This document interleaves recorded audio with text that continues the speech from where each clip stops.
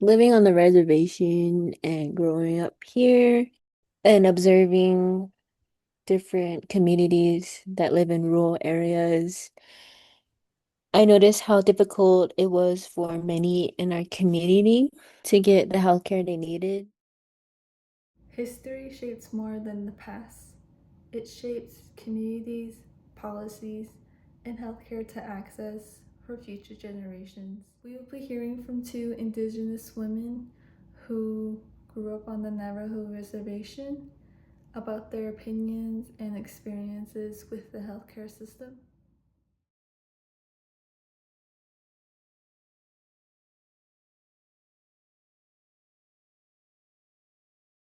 Indigenous history really affects healthcare access, not only because of the land treaties and the BIA, like IHS, and it doesn't really give enough resources to Indigenous people. Those have those special care like for surgery and like other huge major aspects, they have to be referred out somewhere. And that's not easy for a lot of people due to transportation. A lot of people don't have enough um, access to steady transportation like that. So that really affects their access to healthcare.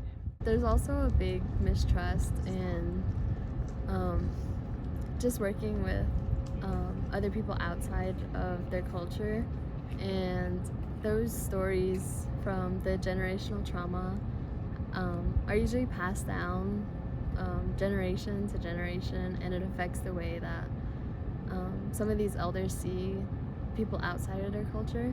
And I feel like that really affects their trust still to this day, and it is most definitely still being passed down. For Indigenous people, history continues to shape healthcare access, environmental conditions, and the struggle for healing and trust.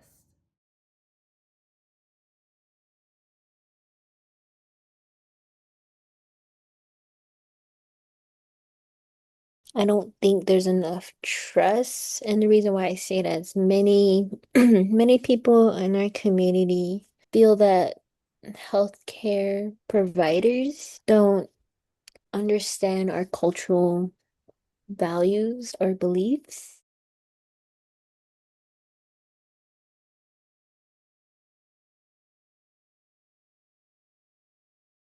Rural areas a lot of our communities live in, like relocated, and there's like confined some people who live like on the west side of the reservation, but they're living on the eastern agency. And I think that's their way of having easy access to a nearest hospital.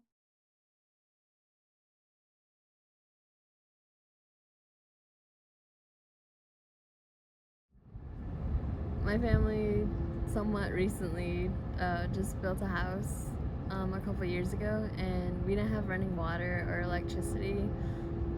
We had to get it from my grandparents' house, so there's a lot of back and forth, which really takes a toll on gas wise. And we also had to haul water, which was not very ideal. And those trips took a toll on us financially with the amount of gas we were using. So it affected us to have enough gas to get to um, the nearest IHS from us, which is about an hour in Chinle. And sometimes there wasn't, and we didn't have gas to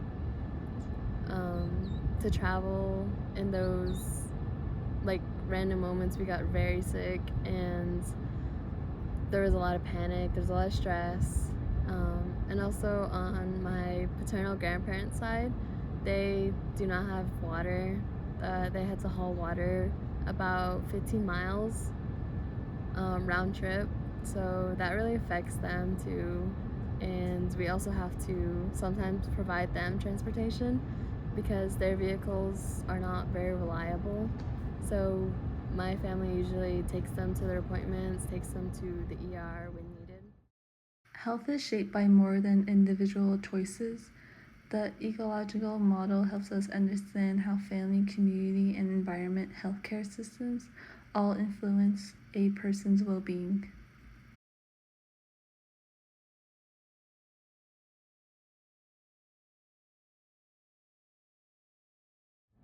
My message to the younger generation would be take care of your community, find out what they need, what you can do to help change that, and be of service in any way you can.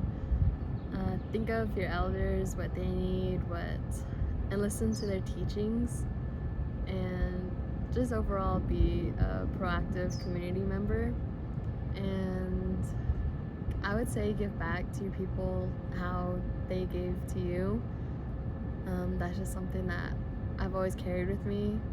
That's why I'm doing what I'm doing in medicine, so I can take that back to my community and give that back to them, because they've taken care of me for so long, and this is how I want to repay them. So I'll just say be of service, be an active member, and give back to everyone who's given everything to you. Although the effects of history continue to impact Indigenous communities today, so does resilience. Hearing and understanding these stories can help create a healthier future and even build greater awareness and trust.